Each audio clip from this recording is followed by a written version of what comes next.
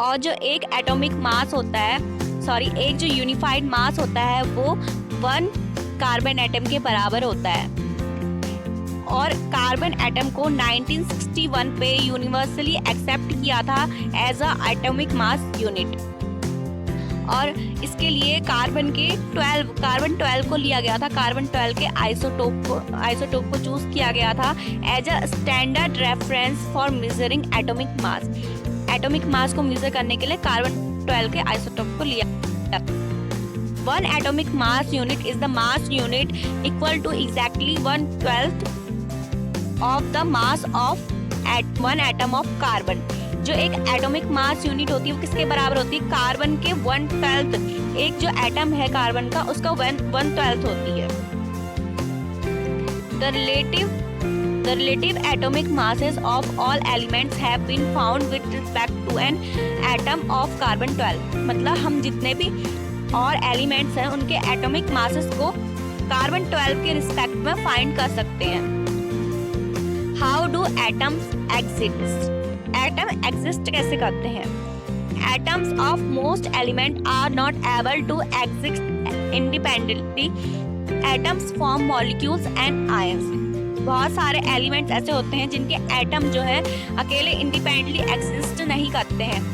जैसे कि हाइड्रोजन जो है वो हमेशा मॉलिक्यूल के फॉर्म में होता है, ऑक्सीजन हमेशा मॉलिक्यूल के फॉर्म में होता है। तो एटम क्या करते हैं? मॉलिक्यूल और आयंस को बनाते हैं। The molecules or ions aggregate in large number to form the matter that we can see feel or touch. मतलब फिर एटम से मिलके मॉलिक्यूल बनते हैं, मॉलिक्यूल मिलकर क्या बनाते हैं? एक मैटर को बनाते हैं जिसे हम देख सकते हैं, फील कर सकते हैं और टच कर सकते हैं।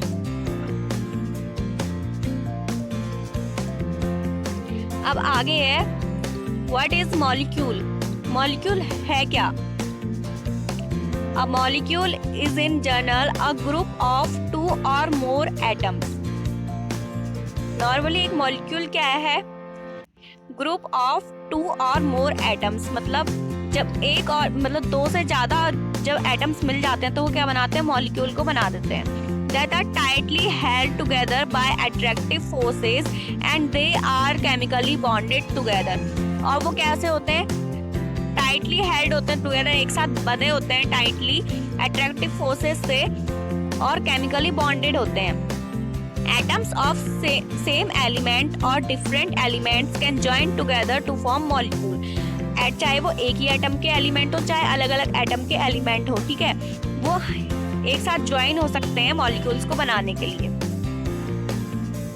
ये कुछ कंपाउंड दिए हैं और उनके कंबाइनिंग एलिमेंट और उनका रेशियो कैसे होता है। जैसे वाटर का हमको पता है हाइड्रोजन और ऑक्सीजन से मिलकर बना है और हाइड्रोजन और ऑक्सीजन का रेशियो होता है 1:8। वैसे ही अमोनिया 40:3 होता है उसका, जो कि नाइट्रोजन और हाइड्रोजन से मिलकर बना होता है। और कार्बन डाइऑक्साइड जो है वो कार्बन और ऑक्सीजन से मिलकर बनी होती है, उसका रेशियो होता है 3:8।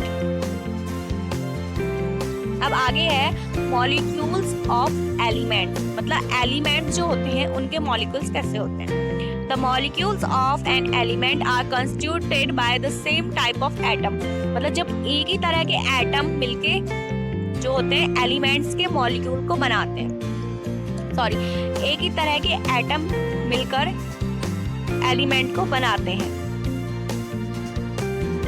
Molecules of many elements such as argon, helium are made up of only one atom of that element।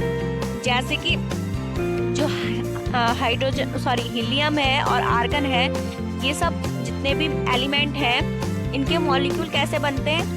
ये सिर्फ एक ही एटम से भी बन जाते हैं। लेकिन बहुत सारे ऐसे एलिमेंट होते हैं जिनके सिर्फ एक ही एटम से मॉलिक्यूल नहीं बनता है। जैसे कि ऑक्सीजन, हमें पता ऑक्सीजन हमेशा O2 लिखते हैं हम। क्यों लिखते हैं? क्योंकि वो अकेला एग्जिस्ट नहीं करता है। Hence it is known as a diatomic molecule। इसलिए हम ऑक्सीजन को क्या बोलते हैं? diatomic molecule। If 3 atoms of oxygen unite into a molecule we get ozone O3। अगर ऑक्सीजन के 3 एटम मिल जाते हैं तो हमें क्या मिलता है? ओजोन। ओजोन का फॉर्मूला क्या होता है? O3।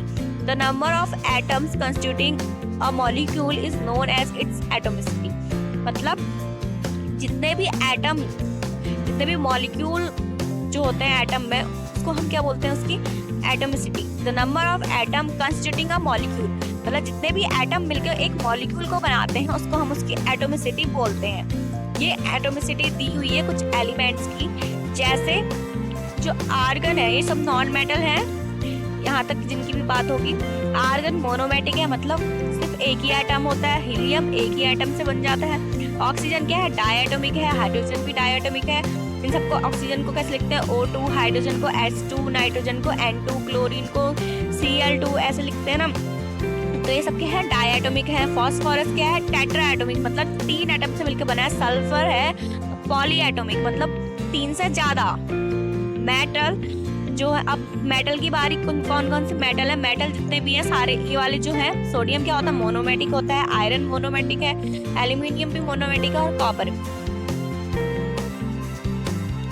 अब आगे हमने मॉलिक्यूल ऑफ एलिमेंट्स पढ़ लिया। अब मॉलिक्यूल ऑफ कंपाउंड। कंपाउंड के मॉलिक्यूल कैसे होते हैं, atom of different element in definite proportion to form molecule of compound.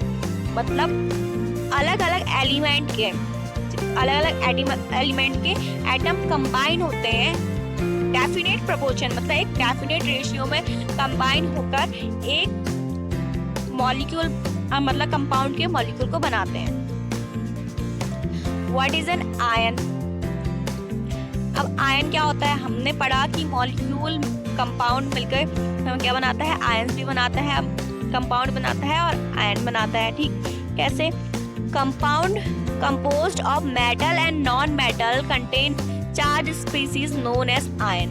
Ion क्या है, चार्ज स्पीसीज है, मतलब चार्ज को हम आयन बोलते हैं। जैसे कुछ मेटल और नॉन मेटल होते हैं, उनमें क्या होते हैं, चार्ज होते हैं, पॉजिटिव निगेटिव चार्ज होते हैं, तो उनको ही हम क्या बोलते हैं, ion. An ion is charge particle and can be negatively or positively charge. Ion क्या होता है, चार्ज पार्टिकल होता है, वो निगेटिव भी हो सकता है और पॉजिटिव भी हो सकता है। A negatively charged ion is called an anion। जो निगेटिव चार्ज होता है उसको हम क्या बोलते हैं, एनायन बोलते हैं, और जो पॉजिटिवली चार्ज होता है उसको हम क्या बोलते हैं, कैटायन बोलते हैं। जैसे कि सोडियम क्लोराइड क्या है, एक आयन है, उसका सोडियम जो है वो क्या होगा, कैटायन होगा, और क्लोरीन क्या होगा, एनायन होगा। Ion may consist of a single charge atom or a group of atoms। जो आयन है वो सिंगली चार्ज भी हो सकते हैं और ग्रुप ऑफ एटम भी हो सकते हैं। कुछ आयनिक कंपाउंड्स हैं ये, और उनके कंस्टिट्यूटिंग एलिमेंट और उनका रेशियो बाय मास। जैसे कैल्शियम ऑक्साइड के आयनिक कंपाउंड है, ये कैल्शियम और ऑक्सीजन से मिलकर बना है, और कैल्शियम और ऑक्सीजन का रेशियो 5:2 है। वैसे ही और भी जितने भी एलिमेंट्स नीचे लिखे हुए हैं सब इसी तरह। अब है आगे राइटिंग केमिकल फॉर्मूला। हम केमिकल फॉर्मूले को कैसे लिखते हैं, इसके भी कुछ रूल्स हैं। The chemical formula of a compound is a symbolic representation of its composition. किसी भी कंपाउंड केमिकल फॉर्मूला, किसी भी कंपाउंड का केमिकल फॉर्मूला क्या है, उसका एक सिंबॉलिक, मतलब उसका सिंबल है, सिंबॉलिक रिप्रेजेंटेशन है उसकी कंपोजिशन का। वो जिस चीजों से मिलकर बना हुआ है उसको हम सिंबल से प्रेजेंट करते हैं। The combining power or capacity of an element is known as valency. किसी भी एलिमेंट की कंबाइनिंग पावर या फिर उसकी कैपेसिटी को हम क्या बोलते हैं, वैलेंसी। वैलेंसी के बारे में हम और ज्यादा डिटेल से अगले चैप्टर में पढ़ेंगे। Valency can be used to find out how the atoms of an element will combine with the atom of another element to form a chemical compound। Valency हम किस लिए यूज करते हैं कि हम उससे ये जानते हैं कि एक एटम जो है दूसरे एटम से कैसे कंबाइन हो रखा है और कैसे वो केमिकल कंपाउंड को बना रहा है। The valency of the atom of an element can be thought as the hands and arms of atom। जो वैलेंसी है, हम उस किसी भी एलिमेंट की वैलेंसी को हम उसके हाथ और पैर की तरह समझ सकते हैं। वैलेंसी के बारे में और ज्यादा हम चैप्टर 4 में पढ़ेंगे। अब रूल क्या है, जब हम केमिकल फॉर्मूला को लिखते हैं तो कुछ रूल्स होते हैं। पहला है द वैलेंसीज और charges on the ion must be balance. हमेशा चार्ज क्या होनी चाहिए, बैलेंस होनी चाहिए। When a compound consists of metal and non-metal, the name or symbol of the metal is written first. जब दो कंपाउंड है उसमें एक मेटल है और एक नॉन मेटल है तो क्या होगा, सबसे पहले हम किसका नाम लिखेंगे, metal CaO, NaCl, CuO, FeS को क्या बोलते हैं, आयरन सल्फाइड। जो कैल्शियम ऑक्साइड है इसमें क्या है, जो मेटल है सबसे पहले वो क्या है, कैल्शियम, सोडियम मेटल है तो हमने इन सबको क्या लिखा है, पहले लिख रखा है। और ऑक्सीजन क्या है, गैस, इन सबको हमने बाद में लिखा है। In compounds formed with polyatomic ions, the ion is enclosed in a bracket before writing the number to indicate the ratio. अगर कोई भी जो कंपाउंड है वो उसमें अगर पॉलीएटॉमिक आयंस हैं तो हम उसको क्या करते हैं, पहले ब्रैकेट में इनक्लोज, ब्रैकेट से बंद कर देते हैं फॉर्मूला लिखने से पहले। इसको हम जब अच्छे से फॉर्मूले को देखेंगे तब ज़्यादा समझ में आएगा। Simple compounds formula, simple compound formula क्या होता है, the simplest compound which are made up of two or different element are called binary compounds. अब देखो ये देख लेते हैं फॉर्मूले, जैसे हाइड्रोजन क्लोराइड है तो हमें पता है इसके सिंबल हाइड्रोजन का H, क्लोराइड का Cl और इनकी वैलेंसी दोनों की एक ही होती है। अभी हमें सिर्फ इतना ध्यान रखना है, हमें वैलेंसी मतलब पता है, अगले वाले चैप्टर में हम ये भी देखेंगे कि वैलेंसी कैसे निकालते हैं, लेकिन अभी हमें सिर्फ ये सब इतना याद रखना है कि हमें इतना पता रखना है कि इसकी वैलेंसी 1 होती है, इसकी भी 1 होती है। और अब फिर क्या होता है, इसकी क्रॉस मल्टीप्लाई होती है तो 1 की H से होगी तो H ही आएगा, Cl की 1 से होगी वही आता है, 1 से जिसकी भी मल्टीप्लाई होती है वही नंबर आता है। सेकंड फॉर्मूला हो गया हमारा हाइड्रोजन सल्फाइड का। हाइड्रोजन सल्फाइड में क्या होगा, हाइड्रोजन है एक, सल्फर है, ठीक, हाइड्रोजन की वैलेंसी 1 होती है, सल्फर की 2 होती है, तो क्रॉस मल्टीप्लाई करेंगे तो ये H2S आएगा हमारा फॉर्मूला। कैल्शियम ऑक्साइड, हमने बोला था कि चार्ज जो है हमेशा उनको बैलेंस होनी चाहिए, तो ये चार्ज हम जो है, चार्ज की मतलब कोई इसमें वैल्यू नहीं रहती, हम चार्ज को नहीं लिखते हैं बैलेंस, जब हम केमिकल फॉर्मूले को लिखते हैं तो इसमें दोनों का CaO है, दोनों में 2 है तो इसको हम खाली CaO भी लिख सकते हैं क्योंकि दोनों में 2, कैल्शियम के भी 2 है और ऑक्सीजन का भी 2 है, इसलिए हम CaO भी लिख देते हैं इसको। अब आगे फॉर्मूला है कैल्शियम हाइड्रोक्साइड का, ठीक, इसमें क्या है, कैल्शियम अकेला है लेकिन हाइड्रोक्साइड जो है ऑक्सीजन और हाइड्रोजन से मिलकर बना हुआ है। जब इसकी मल्टीप्लाई हम क्रॉस करेंगे तो क्रॉस मल्टीप्लाई में इसकी 2 से मल्टीप्लाई होगी, तो हम अगर खाली इसको हम बिना ब्रैकेट के लिख देंगे, बिना ब्रैकेट के अगर हम CaOH लिखने के बाद अगर खाली 2 लिख देंगे तो उसका मतलब होगा कि खाली हाइड्रोजन में ही हम 2 से मल्टीप्लाई कर रहे हैं। अगर हम ब्रैकेट लगा के लिखेंगे तो इसका मतलब होगा कि दोनों में जो है 2 से मल्टीप्लाई हो रही है, इसलिए हमें यहाँ पे ब्रैकेट लगाते हैं। फॉर्मूला ऑफ सोडियम कार्बोनेट, अब सोडियम कार्बोनेट की फॉर्मूले में क्या है, सोडियम कार्बोनेट के फॉर्मूले में यहाँ पे भी कार्बोनेट में कार्बन और ऑक्सीजन है, लेकिन हमने यहाँ ब्रैकेट नहीं लगाया, क्यों, क्योंकि इसकी मल्टीप्लाई किससे हो रही है, 1 से हो रही है, 1 से मल्टीप्लाई करेंगे वही आएगा। अब अगला है अमोनियम सल्फेट का फॉर्मूला, इसमें भी सेम वही होगा, यहाँ पे अमोनिया है तो क्या नाइट्रोजन और हाइड्रोजन दोनों से मिलकर बनी हुई है, तो इसके लिए भी हम क्या करेंगे, पहले ब्रैकेट में इसकी मल्टीप्लाई करेंगे तो ब्रैकेट के बाद 2 लिखेंगे। अब केमिकल फॉर्मूले लिखने हमने सीख लिए, कैसे लिखते हैं। अब मॉलिक्यूलर मास क्या होता है, किसी एक मॉलिक्यूल का मास ही क्या कहलाता है, मॉलिक्यूलर मास। और मॉलिक्यूल किससे मिलकर बने होते हैं, एटम से मिलकर बने होते हैं। The molecular mass of a substance is the sum of the atomic masses of in the molecule of the substance.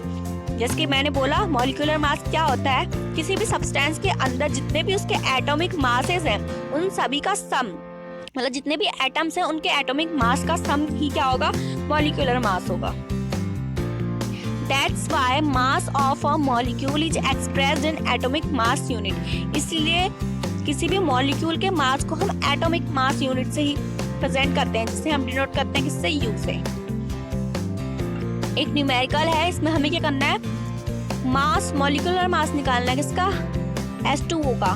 तो हमें पता है हाइड्रोजन का मास क्या होता है, 1, ऑक्सीजन का कितना होता है 16, ठीक। और मॉलिक्यूलर मास कैसे निकालेंगे, H2O है, यानी कि H की मल्टीप्लाई 2 से हो रही है, तो हमने 2 की मल्टीप्लाई की पहले, H का मास कितना है 1 U से, और प्लस O ऑक्सीजन क्या है, एक दूसरा एलिमेंट है, तो ऑक्सीजन उसके लिए क्या करेंगे प्लस, और ऑक्सीजन का मास हमें पता है 16 होता है, तो इन सबको कैलकुलेट करेंगे कितना आएगा 18U।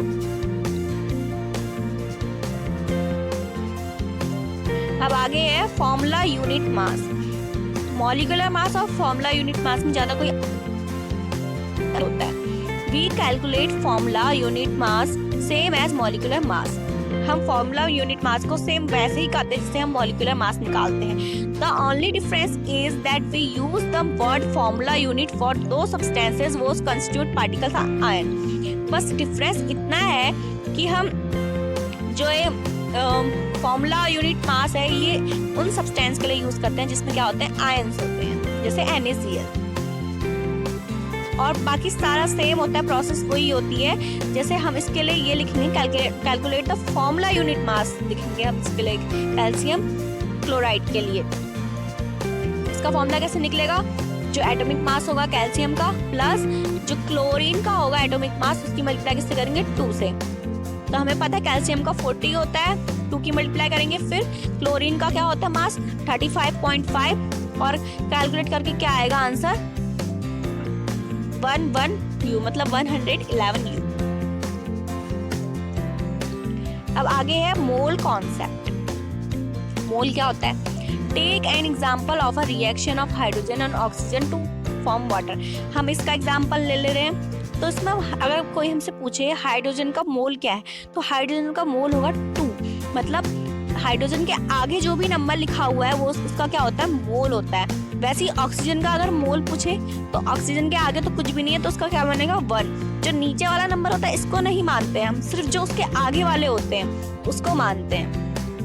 क्या लिखा है, the 2 molecules of hydrogen combine with 1 molecule of oxygen to form 2 molecules of water। हम इसको क्या बोलेंगे कि हाइड्रोजन के 2 मॉलिक्यूल और ऑक्सीजन का जो है 1 मॉलिक्यूल कंबाइन होकर क्या बनाता है 2 मॉलिक्यूल्स, क्या बनाता है 2 मॉलिक्यूल बनाता है वाटर के, ठीक बन रहे हैं 2 मॉलिक्यूल रिएक्शन के उस साइड।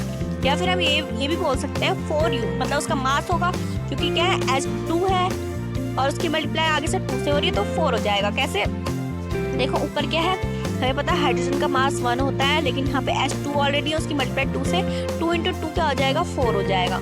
और ऐसी O2 है, यानी कि ऑक्सीजन का मास कितना होता है 16 + 16 32।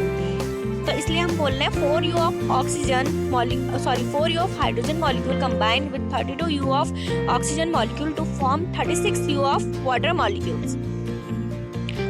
The number of particles, atom, molecule or ions present in 1 mole of any substance is fixed with a value of 6.022 × 10⁻23।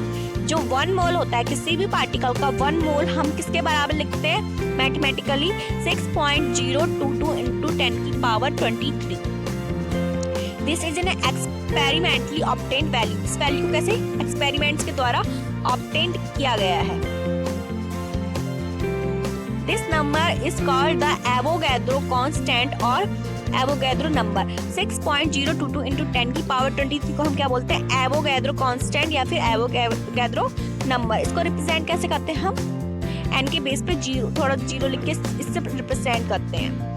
Named in honor of the Italian scientist Amedeo Avogadro। इसका नाम किसके ऑनर पे रखा गया है, एक इटालियन साइंटिस्ट Amedeo Avogadro के नाम पे। 1 मोल ऑफ एनीथिंग इक्वल किसके होता है, अभी हमने पढ़ा थोड़ी देर पहले ही पढ़ा था, फिर से लिख रखा है मैंने 6.022 × 10⁻23। और 1 डोजन बराबर होता है 12 नोज और 1 ग्रॉस बराबर होता है 144 नोज। The mass of 1 mole of a substance is equal to its relative atomic और molecular mass in grams. Thus A mole is the chemist counting unit। Mole क्या है, केमिस्ट की एक काउंटिंग यूनिट है। The word mole was introduced around 1896 by William Ostwald। सबसे पहले जो मोल word है इसको इंट्रोड्यूस कराया था 1896 में विलियम ऑस्टबॉर्न ने। He derived the term from the Latin word mole meaning heap or pile. इन्होंने इस वर्ड को डिराइव किया था एक लैटिन वर्ड से जिसका मतलब होता है heap या फिर pile. A substance may be considered as a heap of molecule, atom or molecules. The unit of mole was accepted in 1967 to provide a simple way of reporting a large number. जो unit mole है उसको accept किया गया था 1967 में। तो इसके साथ ही ये चैप्टर खत्म होता है।